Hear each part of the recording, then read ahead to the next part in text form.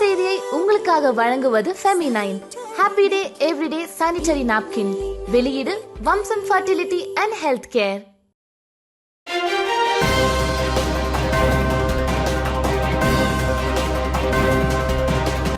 வணக்கம். திசைகளின் 10 மணி செய்திகள்.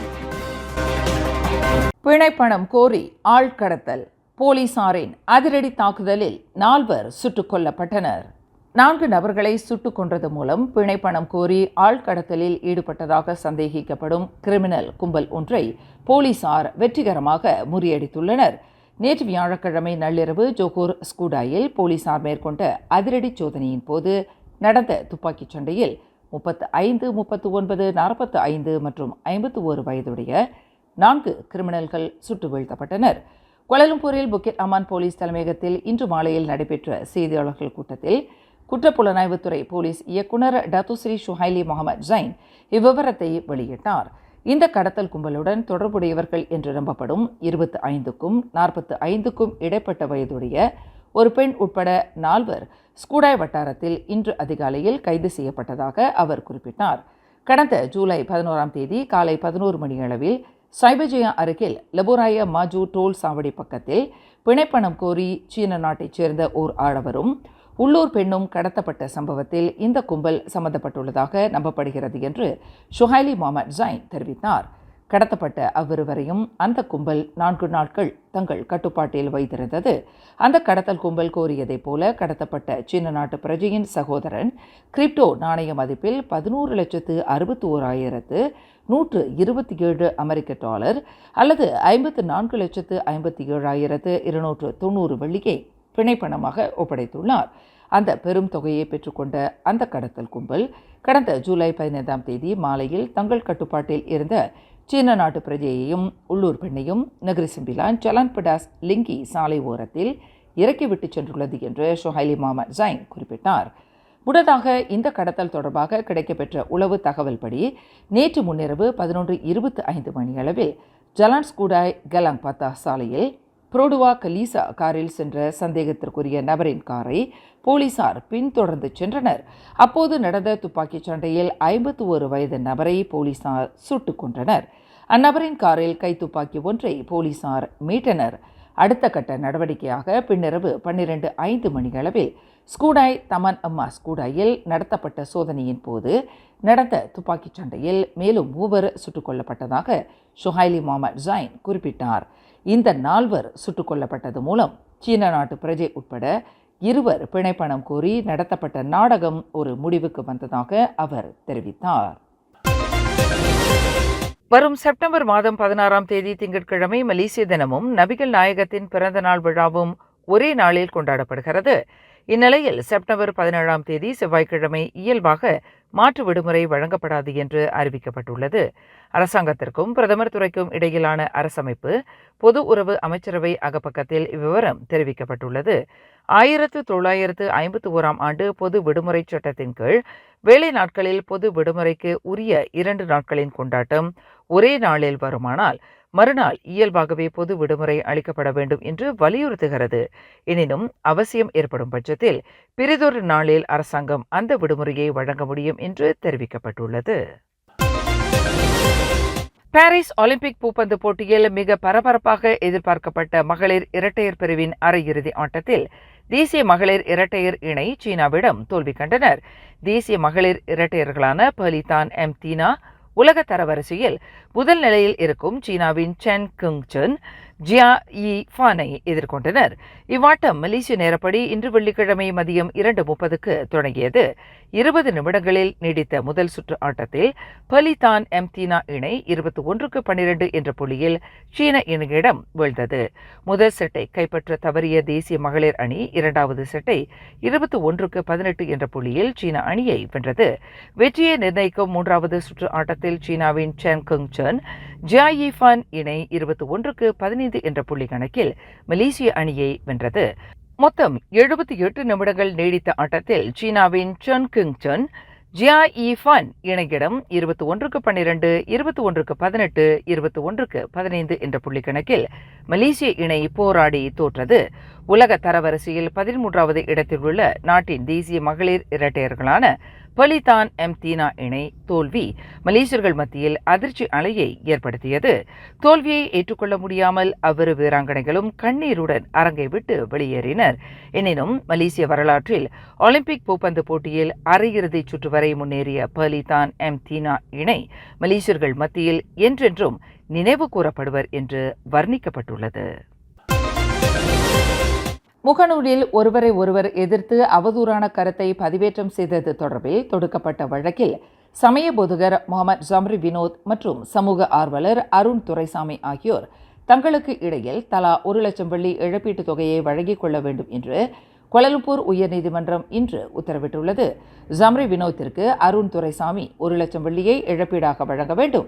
அதேவேளையில் அருண் துரைசாமிக்கும் சமூக ஆர்வலரும் வழக்கறிஞருமான சித்தி காசிமிற்கும் சமய போதகர் ஜம்ரி வினோத் தலா 1 லட்சம் வெள்ளி வீதம் மொத்தம் 2 லட்சம் வெள்ளியை இழப்பீடாக வழங்க வேண்டும் என்று நீதிபதி ஜோங் லீ கியன் ஹவ் இன்று மாலையில் வழங்கிய தீர்ப்பில் தெரிவித்தார். தான் கற்பழித்த பெண்ணையே ஜம்ரி வினோத் திருமணம் செய்து கொண்டதாக அருண் துரைசாமி குற்றஞ்சாட்டிய வேளையில் அருண் துரைசாமியும் சித்தி காசிமும் இஸ்லாத்தின் எதிரிகள் ஆவர் என்று ஜம்ரி வினோத் குற்றஞ்சாட்டியதாக இரு தரப்பினரும் தத்தம் அவதூறு வழக்கு மனுவில் குறிப்பிட்டிருந்தனர். இதன் தொடர்பில் இழப்பீட்டு தொகைக்கு அப்பாற்பட்டு தங்களின் செயலுக்கு வருத்தம் தெரிவித்துக் கொள்ளும் வகையில் இருவரும் தங்களின் முகநூலிலும் உள்ளூர் நாளிதழிலும் பகிரங்க மன்னிப்பு கேட்டுக்கொள்ள வேண்டும் என்று நீதிபதி உத்தரவிட்டுள்ளார். எனினும் இத்தீர்ப்பை எதிர்த்து மேல்முறையீடு செய்வது தொடர்பில் தமது வழக்கறிஞருடன் கலந்து ஆலோசிக்க வேண்டியுள்ளது என்று ஜம்ரி வினோத் தெரிவித்துள்ளார்.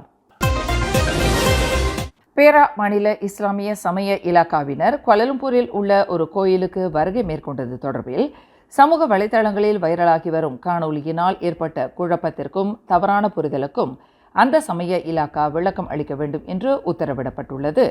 அடர் மலாயு பேரா இஸ்லாமிய சமய மன்றம், பேரா முஃப்தி இலாக்கா ஆகியவற்றுடன் பேரா மாநில இஸ்லாமிய சமய இலாக்கா நடத்திய சிறப்பு கூட்டத்தில் இந்த முடிவு எடுக்கப்பட்டுள்ளதாக பேரா மந்திரி பசார் அலுவலகம் இன்று வெளியிட்டுள்ள ஓர் அறிக்கையில் தெரிவித்துள்ளது. மேன்மை தங்கிய பேரா சுல்தான் நஸ்ரின் ஷாவின் ஆலோசனையின் பேரில் இந்த சிறப்பு கூட்டம் நடைபெற்றதாக அந்த அறிக்கையில் தெரிவிக்கப்பட்டுள்ளது. இஸ்லாமியர்களின் நலன் மற்றும் அவர்கள் சம்பந்தப்பட்ட விவகாரங்களை பாதுகாக்கும் கடப்பாட்டில் உள்ள மாநில சமய இலாக்காவின் நற்பெயர் மற்றும் நம்பகத்தன்மைக்கு இழுக்கு ஏற்படாமல் இருப்பதற்கு இவ்விவகாரத்தில் எழுந்துள்ள அவதூறு மற்றும் தவறான புரிதலை தவிர்க்கும் வகையில் அவ்விலாக்கா இவ்விளக்கத்தை அளிக்க வேண்டும் என்று கேட்டுக்கொள்ளப்பட்டுள்ளது.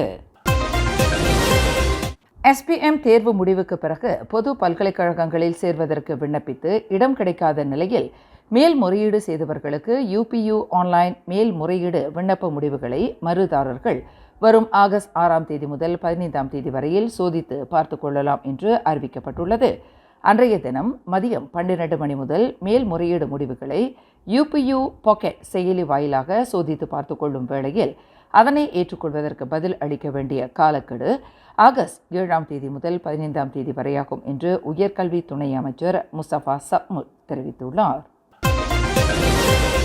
வங்காளதேச தலைநகர் டாக்காவிற்கு முக்கியத்துவமற்ற பயணங்களை மலேசியர்கள் ஒத்திவைக்க வேண்டும் என்று வெளியுறவு அமைச்சு அறிவுறுத்தியுள்ளது. அரசாங்க வேலைகளுக்கான இடஒதுக்கீட்டு முறையை எதிர்த்து அந்நாட்டு மாணவர்கள் நடத்தி வரும் போராட்டம் எப்போது முடிவுக்கு வரும் என்று ஆருடம் கூற முடியாத நிலையில் இருந்து வருகிறது. இந்நிலையில் டாக்காவின் பாதுகாப்பு நிலை குறித்து அங்குள்ள மலேசிய தூதரகம் தெரிவித்த வண்ணம் உள்ளது. அவசியமற்ற பயணத்தை மலேசியர்கள் ஒத்திவைக்க வேண்டும். அவசியம் ஏற்படும் பட்சத்தில் அந்நாட்டிற்கு செல்ல வேண்டிய நிலையில் இருப்பவர்கள் தாங்கள் தங்கியிருக்கும் இடம் குறித்து மலேசிய தூதரகத்திடம் தெரிவிக்குமாறு விஸ்மா புத்ரா வலியுறுத்தியுள்ளது. ஆடவர் ஒருவர் சாதாரண உடையில் கையில் துப்பாக்கியை வைத்துக்கொண்டு மோட்டார் சைக்கிளோட்டியை தடுத்து நிறுத்தி வளைத்து பிடிப்பதை போன்று காணொளி ஒன்று சமூக வலைதளங்களில் மிக பரபரப்பாக வைரலாகி வருகிறது. அந்த காணொளியில் மஞ்சள் நிற டிஷர்ட்டையில் துப்பாக்கியுடன் காணப்படும் நபர் போலீஸ்காரர் ஆவார்.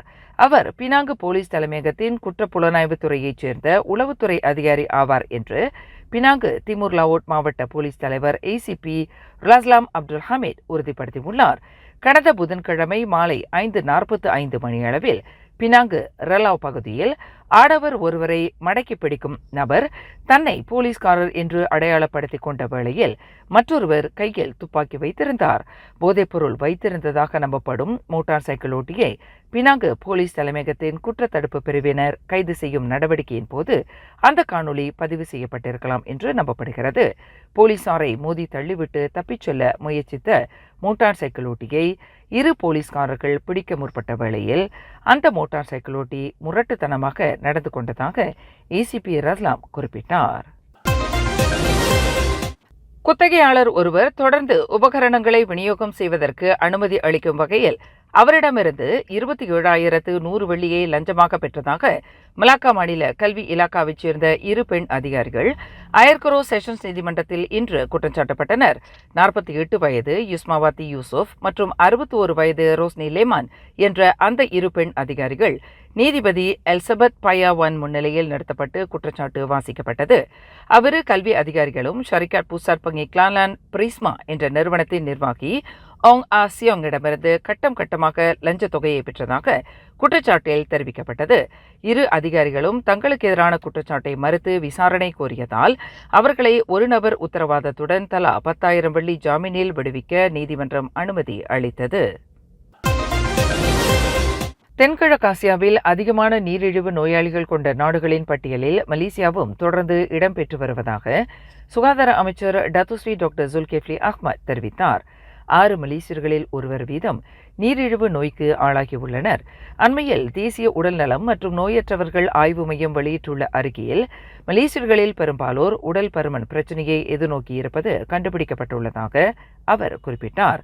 மலேசிய மக்கள் தொகையில் கடந்த 2019ஆம் ஆண்டு 50.1 விழுக்காட்டினராக இருந்த உடல் பருமன் கொண்ட மக்களின் எண்ணிக்கை 2023ஆம் ஆண்டு 54.5 விழுக்காடாக அதிகரித்துள்ளது என்று டாக்டர் ஜுல்கிஃப்லி அஹ்மத் குறிப்பிட்டார். சர்க்கரைக்கு எதிரான யுத்தம் என்ற பிரச்சாரத்தை தொடங்குவது மூலமே நடப்பு சிக்கலை தவிர்க்க முடியும் என்று அவர் நம்பிக்கை தெரிவித்துள்ளார். கிள்ளான் ஜோஹான் சத்யாவையும் பட்டாலிஞ்சோயா பண்டா உத்தாமாவையும் இணைக்கும் 3வது LRT ரயில் திட்டத்தின் மின்சார பணிகள் பொருத்தப்படும் குத்தகை வேலைகள் நடைபெற்று வரும் வேளையில் அதன் கேபிள்களை திருடியதாக நம்பப்படும் 5 போலீசார் கைது செய்துள்ளனர். குத்தகை தொழிலாளர்களான அந்த 5 25 லட்சம் வெள்ளி இழப்பு ஏற்படும் அளவிற்கு கட்டுமான தளத்திலிருந்து கேபிள்களை திருடி உள்ளனர் என்று புக்கிட் அமான் போலீஸ் தலைமையகத்தின் குற்றப்புலனாய்வுத்துறை இயக்குநர் டத்துஸ்ரீ முகமது ஷுஹைலி முகமது ஜைன் தெரிவித்தார். கைது செய்யப்பட்ட 32க்கும் 41க்கும் இடைப்பட்ட வயதுடையவர்களில் ஒரு பாகிஸ்தான் பிரஜையும் அடங்குவார் என்று அவர் குறிப்பிட்டார். LRT 3 திட்டத்தின் செக்ஷன் 2, செக்ஷன் 14 மற்றும் கயு அரா டமன்சரா ஆகிய 3 கட்டுமான தளங்களில் அவர்கள் கேபிள்களை திருடி உள்ளதாக நம்பப்படுகிறது என்று முகமது ஷுஹைலி தெரிவித்தார். கொலப்பிலா தராச்சி அருகில் ஜலான் சுரம்பான் கொலப்பிலா சாலையின் 23வது கிலோமீட்டரில் ஒரு லாரியும் ஒரு காரும் சம்பந்தப்பட்ட விபத்தில் போதைப்பொருள் சம்பந்தப்பட்டுள்ளது என்று சமூக வலைதளத்தில் பகிரப்பட்டு வரும் தகவலை போலீசார் மறுத்துள்ளனர். அவ்விரு வாகனங்களின் ஓட்டுநர்களையும் சிறுநீர் பரிசோதனைக்கு உட்படுத்திய போது அவர்கள் போதைப்பொருள் உட்கொள்ளவில்லை என்பது உறுதி செய்யப்பட்டுள்ளதாக கொலப்பிலா மாவட்ட போலீஸ் தலைவர் சூப்பரிண்டென்டன்ட் அம்ரான் முகமது கனி தெரிவித்தார். காலை 11 மணி அளவில் நிசான் ரக லாரி சுரம்பானிலிருந்து கொலப்பிலாவை நோக்கி சென்று கொண்டிருந்த வேளையில் அதன் எதிர் திசையில் புரோட்டோன் சாகா கார் வந்து கொண்டிருந்த போது இந்த விபத்து நிகழ்ந்ததாக அவர் குறிப்பிட்டார். இதில் 2 வாகனங்களின் ஓட்டுநர்களும் காயம் அடைந்ததாக அவர் மேலும் கூறினார். மேலும் செய்திகளை தெரிந்து கொள்ள கீழே இருக்கும் பெல் பட்டனை அழுத்துங்கள். உங்கள் மகிழ்ச்சியை வெளிப்படுத்த லைக் மற்றும் ஷேர் செய்யுங்கள். தொடர்ந்து திசைகளோடு இணைந்திருக்க சப்ஸ்கிரைப் செய்யுங்கள்.